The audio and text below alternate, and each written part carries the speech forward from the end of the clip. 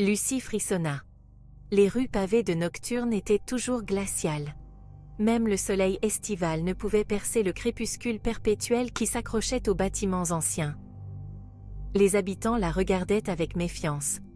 Leurs yeux suivaient chacun de ses mouvements, emplis de suspicion et d'autre chose, de la peur. Elle était venue chercher des réponses sur le passé de sa grand-mère. Mais Nocturne, avec son calme troublant et ses secrets murmurés par le vent, offrait plus de questions que de réponses. Lucie poursuivit son chemin, entraînée plus profondément dans l'énigme qu'était Nocturne. Elle ne partirait pas avant de connaître la vérité. La vieille librairie sentait la poussière et les choses oubliées. Lucie passa ses doigts sur les dos usés des livres à la recherche d'un indice. Un journal relié de cuir, niché sur une étagère en hauteur, l'interpella. Ses pages chuchotèrent l'histoire sombre de la ville, d'un lieu appelé le Jardin des Échos. Ah, les disparitions, affirmait le journal, étaient liées au jardin. Les gens disparaissaient, sans laisser de traces, leur sort inconnu. Le cœur de Lucie battait la chamade. Les journaux intimes de sa grand-mère contenaient des récits similaires. Le Jardin des Échos était plus qu'une simple légende locale. Il était bien réel. Les portes en fer du Jardin des Échos s'ouvrirent en grinçant. L'air à l'intérieur était lourd, saturé du parfum entêtant de fleurs trop mûres et d'une odeur légèrement métallique. Des arbres tordus griffaient le ciel, leurs branches formant une canopée enchevêtrée au-dessus de leurs têtes.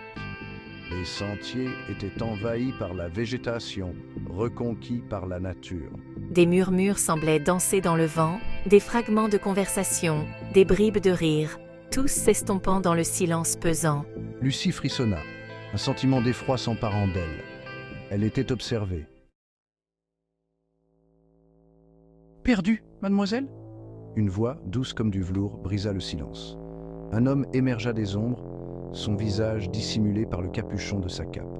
Il se déplaçait avec une grâce troublante. « Je suis Gabriel, et je crains que vous ne soyez sur un terrain interdit. » Lucie hésita. Elle devrait se méfier, mais quelque chose dans sa voix, une pointe de tristesse, l'attirait. « Je cherche des réponses sur les disparitions. » Le regard de Gabriel s'intensifia. Le jardin garde jalousement ses secrets. Il est des choses qu'il vaut mieux ne pas déranger. Mais des gens ont disparu. Leurs proches ne méritent-ils pas de connaître la vérité? Il soupira. Un son long est là. La vérité peut être une arme à double tranchant. Pendant un long moment, le silence s'étira entre eux, lourd de non-dits. Puis, Gabriel releva la tête, son regard rencontrant le sien. Très bien, je vais vous aider. Mais je vous le dis, mademoiselle, le chemin qui vous attend est semé d'embûches. Le cœur de Lucie battait la chamade. Était-ce la percée qu'elle espérait? Ou marchait-elle dans un piège? Les véritables intentions de Gabriel restaient enveloppées de mystère. Sa connaissance du jardin était indéniable, mais pouvait-elle lui faire confiance? Alors que la nuit tombait sur le Jardin des Échos, projetant de longues ombres menaçantes, Lucie était confrontée à un choix.